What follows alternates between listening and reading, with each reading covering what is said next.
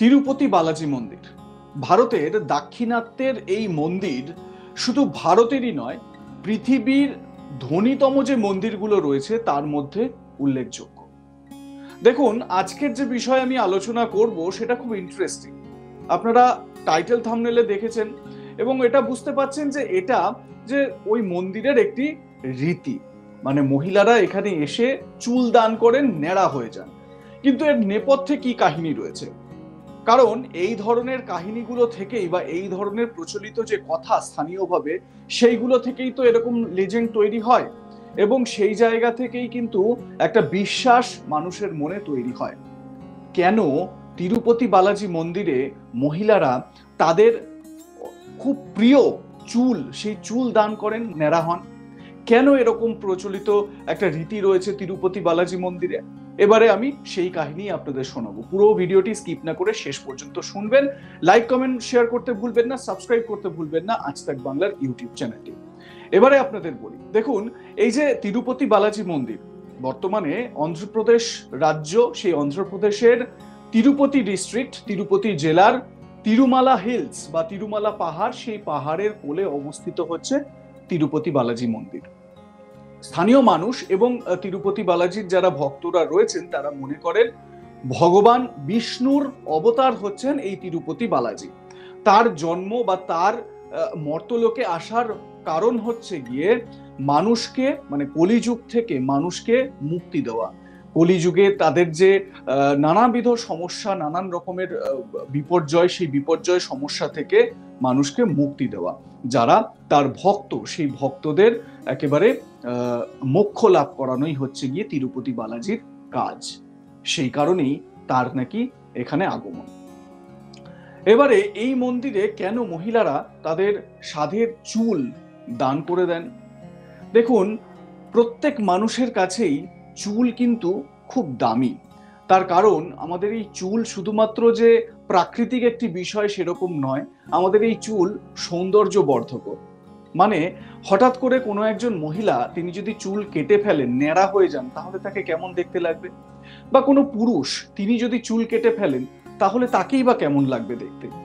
আজকে আপনাদের বলবো তিরুপতি বালাজি মন্দিরে কেন নারী পুরুষ নির্বিশেষে সবাই গিয়ে তাদের চুল দান করে দেন কোনো কিছু না ভেবেই। তারা ভক্তিতে এতটাই বিলীন হয়ে থাকেন এবং তার জন্য তারা তাদের সাধের চুল, সৌন্দর্য বর্ধক এই চুল তারা কেটে ফেলেন, ন্যাড়া হয়ে যান।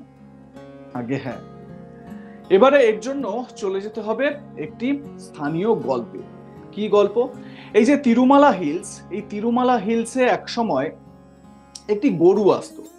সেই গরুটি প্রত্যেক দিন সেই পাহাড়ে দুধ দিত এবং তারপর সেখান থেকে চলে যেত নিজের মালিকের কাছে, মানে গোয়ালার কাছে। গোয়ালা অনেক ভাবনা চিন্তা করলো যে তার গরু তার কাছে দুধ না দিয়ে কেন ওই তিরুমালা হিলসে গিয়ে দুধ দিতে আরম্ভ করলো। তারপর অনেক ভাবনা চিন্তা করে অনেক ফন্দি ফিকিরও করেছিল সেই গোয়ালা, কিন্তু তাতেও কাজের কাজ কিছু হলো না। সেই গরুটি বারবার সেই তিরুমালা হিলসে গিয়েই দুধ দিত। তারপর কোনো উপায় না দেখে সেই গোয়ালা একবার কি করলো, যেই সময় ওই পাহাড়ে যখন একদিন ওই গরুটি দুধ দিচ্ছিল, সেই সময় সেই গোয়ালা গিয়ে ওই গরুটির মাথায় আঘাত করে। সেই সময় গরুটির মাথা থেকে রক্ত বেরোতে থাকে। আমি শুরুতেই আপনাদের বলেছি এই তিরুমালা হিলসের কোলেই রয়েছে তিরুপতি বালাজি মন্দির। সেই সময় নাকি সেই গরুটিকে যে মারা হয়েছিল, সেই আঘাত গিয়ে লাগে তিরুপতি বালাজির, মানে স্বয়ং ভগবানের। বলা হয়, অনেকে বিশ্বাস, মানে লোকমতে প্রচারিত, সেই সময় তিরুপতি বালাজির মাথা থেকেও রক্ত ঝরছিল, কারণ তারও মাথা ফেটে গেছিল। ওই গরুটি আসলে তিরুপতি বালাজির একান্ত ভক্ত ছিল। তাকে আঘাত করা মানে ভক্তের ভগবান, আমরা জানি ভগবান বিষ্ণু, তিনি ভক্তের ভগবান এবং বিষ্ণুর অবতার হচ্ছেন তিরুপতি বালাজি। সেই কারণে তাকে মারা, মানে গরুটিকে মারা মানে তারও লাগা। তার মাথা থেকেও রক্ত বেরোচ্ছিল, এমনকি তার চুল ঝরে যাচ্ছিল। এই রকম সমস্যার মুখে পড়তে হয়েছিল তিরুপতি বালাজিকে। সেই সময় তিরুপতি বালাজির মা বকুলা দেবী, তিনি নিজের পুত্রের সৌন্দর্য ফিরিয়ে দেওয়ার জন্য নিজের চুল কেটে দিয়েছিলেন। নিজের চুল দান করে তিরুপতি বালাজিকে তিনি দিয়েছিলেন যাতে তার ছেলের মাথায় চুল থাকে।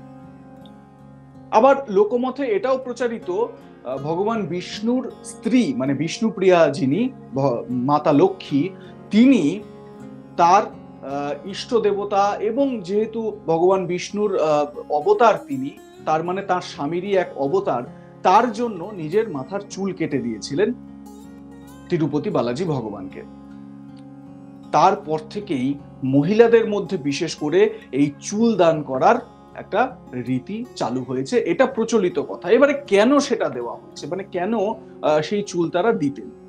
মা লক্ষ্মী আশীর্বাদ দিয়েছিলেন যে যারা, মানে যেহেতু বকুলা দেবী তার চুল কেটে তার পুত্রকে দিয়েছিলেন এবং তারপর থেকে বকুলা দেবীর কোনো রকম অভাব অনটন ছিল না, তার সংসার দারুণভাবে চলতো, কোনো রকম অভাব অনটনের মধ্যে থাকতে হতো না।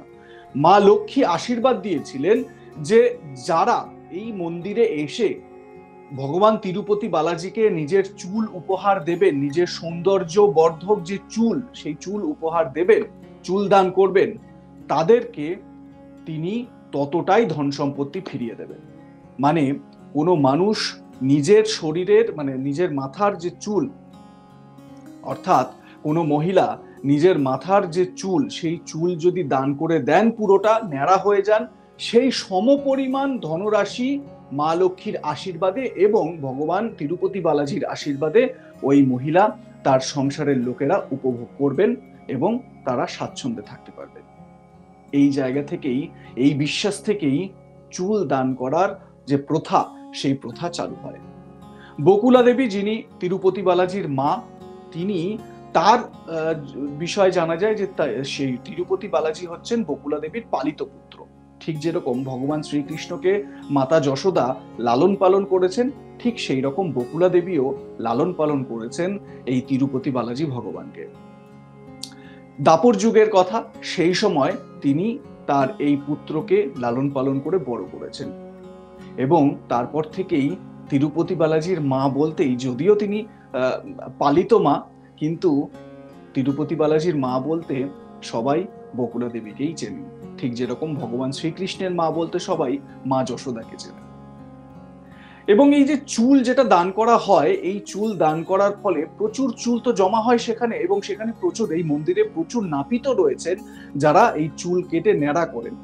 এবং সেই চুলগুলোর কি হয়, শোনা যায় যে এই চুলগুলো নাকি বিদেশেও বিক্রি করা হয় এবং সেখান থেকে যে ধনরাশি জোগাড় করা হয় সেটা মন্দির ট্রাস্টের কাছে থাকে বা মন্দিরের কোষাগারে থাকে। এটা থাকুন আজ তাক বাংলা, সাবস্ক্রাইব করে নিন যদি এখনো না করে থাকেন।